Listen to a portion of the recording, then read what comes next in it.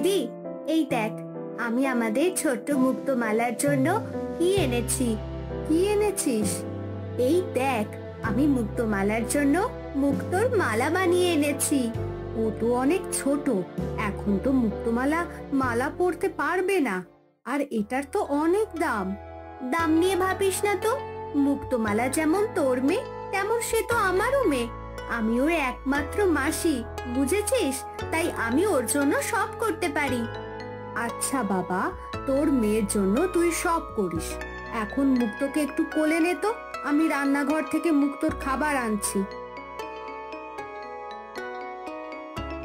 বর্জমালা, নে এবার এই ফিটারটা মুক্তোকে খাওয়া। মনে হচ্ছে ওর খিদে পেয়েছে। তুই চিন্তা করিস না দিদি, আমি ওকে খাইয়ে দিয়ে ঘুম পাড়িয়ে দেব। তুই কি এখন কোথাও যাবি নাকি? হ্যাঁ, আমি একটু পূবের জলরাজ্যে যাব, সেখানে একটু কাজ আছে। তুই মুক্তোকে দেখে রাখিস, আমি চললাম।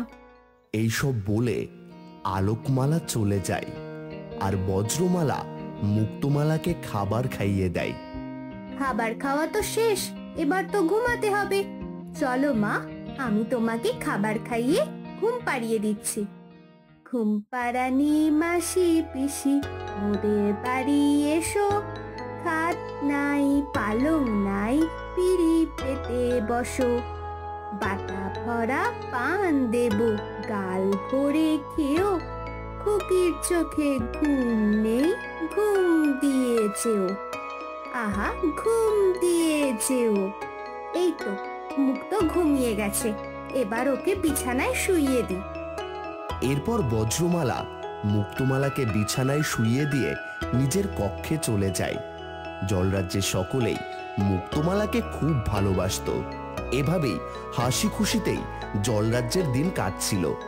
কিন্তু জলরাজ্যে এই খুশি বেশি দিন স্থায়ী হয়নি, কারণ হঠাৎ করেই জলরাজ্যের খুশি আনন্দের প্রাণ মুক্তমালাকে কোথাও খুঁজে পাওয়া যাচ্ছিল না। আমার কন্যা কোথায় গেল? আমার কন্যাকে ছাড়া আমি কিভাবে আমার দিন কাটাবো? কিরে, পেলে আমার মুক্তমালাকে? না দিদি, মুক্তমালাকে কোথাও পেলাম না। আমাদের মুক্তকে আমরা হারিয়ে ফেলেছি দিদি, হারিয়ে ফেলেছি। আলোকমালা, মুক্তকে কোথাও খুঁজে পেলাম না। পুরো জলরাজ্যে খুঁজেছি, কিন্তু কোথাও মুক্ত নেই। আমার তো মনে হচ্ছে কোনো হিংস্র প্রাণী মুক্তকে খেয়ে ফেলেছে। চুপ কর বর্জমালা, তুই চুপ কর। আমার মেয়ের কিচ্ছু হয়নি, আমার মেয়ে একদম ঠিক আছে, ওর কিচ্ছু হয়নি। পুরো জলরাজ্যে শোকের ছায়া নেমে এসেছিল। মেয়েকে হারিয়ে আলোকমালাও ভালো ছিল না। সে সবসময় পাগলের মতো করত। এদিকে জলরাজ্য থেকে বহু ক্রোশ দূরে স্থলরাজ্যে এক পুকুর ধারে ছোট্ট কুটিরে বাস করত ডনা নামের এক রাক্ষসী। আকাশটা আজ বড্ড মেঘলা, দেখে মনে হচ্ছে একটু পরেই বৃষ্টি নামবে। বৃষ্টি নামার আগে পুকুর থেকে কয়েকটা মাছ ধরে নি। এই বলে রাক্ষসী পুকুরে জাল ফেলতে শুরু করে। একই জালে তো একটাও মাছ উঠলো না। তবে কি ওই বজ্জাত মানুষগুলো আবার আমার পুকুর থেকে মাছ চুরি করে খেয়েছে? তাই হবে হয়তো। শয়তান বজ্জাত মানুষগুলোর জন্য আমার পুকুরের মাছগুলো শেষ হয়ে যাচ্ছে। একবার যদি ওই মানুষগুলোকে দেখতে পাই, ওদের গাড় মুটকে খাবো। এবার জালটা ফেলে। এরপর রাক্ষসী আবার পুকুরে জাল ফেলে, কিন্তু এবার তার জালে একটা মাছও ওঠে না। রাক্ষসী মন খারাপ করে আবার পুকুরে জাল ফেলে। হঠাৎ তার জালে কিছু একটা আটকা পড়ে। মনে হচ্ছে জালে বড় মাছ আটকা পড়েছে। আজ মজা করে মাছ ভাজা খিচুড়ি খাবো। আরে, এটা তো একটা ঝিনুক। এসব ঝিনুক তো সমুদ্রে থাকে, এই পুকুরে এলো কি করে? এ কি, বাচ্চার কান্না কোথা থেকে আসছে? মনে হচ্ছে এই ঝিনুক থেকেই কান্না আসছে। দেখি তো ঝিনুকে কি আছে। এরপর ডনা রাক্ষসী ঝিনুকটা খুলতেই দেখে ঝিনুকে একটা ছোট্ট জলকন্যা। এই দেখে তো রাক্ষসী অবাক হয়ে যায়। আমার পুকুরে এই জলকন্যা কি করে এলো? এসেছে ভালোই হয়েছে, মাছ পাইনি তো কি হয়েছে, এবার এই জলকন্যাকে তেলে ভেজে খাবো। এই বলে রাক্ষসী জলকন্যাকে নিয়ে তার রান্নাঘরে যায়। তারপর উনুন জ্বালিয়ে কড়াইয়ে তেল গরম করতে শুরু করে।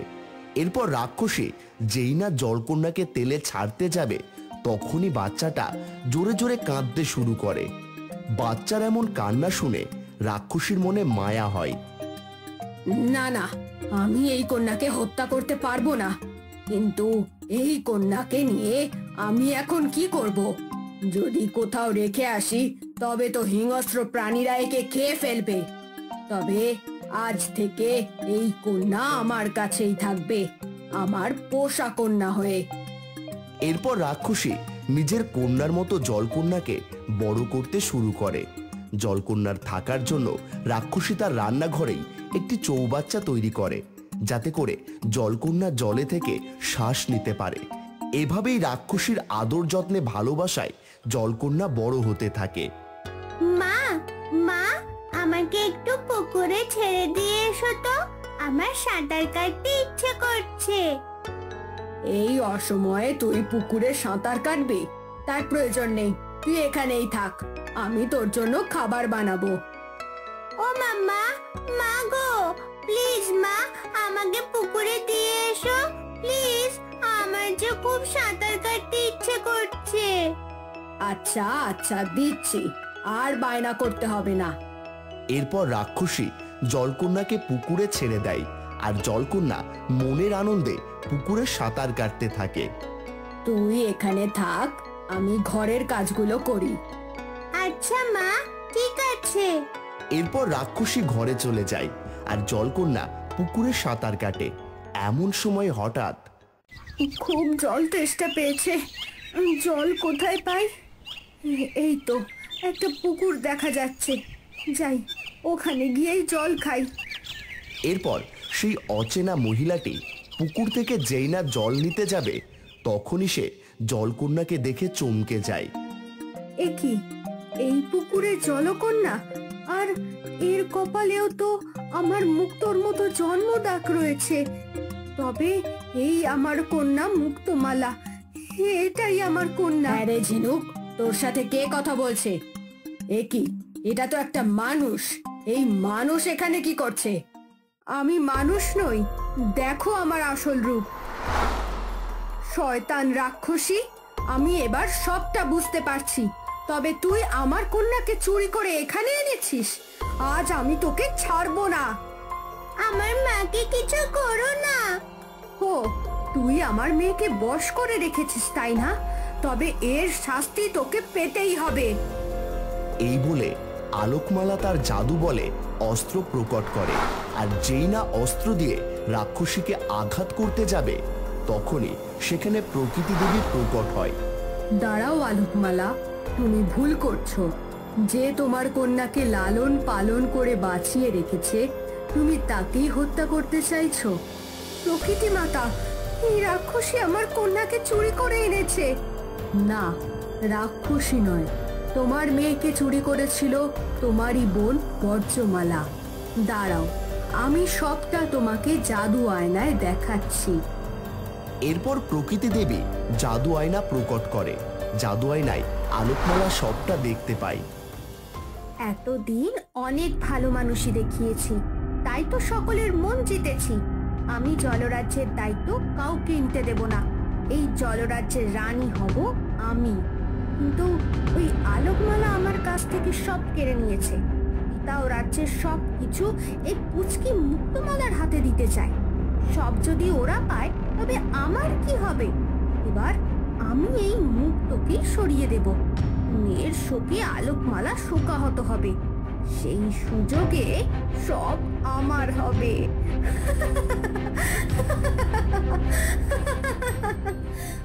ছি, বর্জ্যমালা এত খারাপ।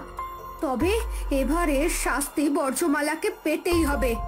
মুক্ত, চল মা, আমার সাথে চল, আমি যে তোর মা। হ্যাঁ রে ঝিনুক, তুই মুক্তমালা, আলোকমালার কন্যা, আমি তোর মা নই। যা মা, তুই জলরাজ্যে যা, এরপর আলোকমালা মুক্তমালাকে নিয়ে জলরাজ্যে ফিরে যায়। রাজ্যে গিয়ে বজ্রমালাকে কারাগারে নিক্ষেপ করে আবারও। তারপর জলরাজ্যে শান্তি ফিরে আসে। হ্যালো বন্ধুরা, কেমন আছো তোমরা? গল্পটি তোমাদের কেমন লেগেছে কমেন্ট করে জানাতে ভুলো না। এমন নতুন নতুন গল্প পেতে আমাদের চ্যানেল সাবস্ক্রাইব করো। দেখা হচ্ছে পরের ভিডিওতে। Bye bye.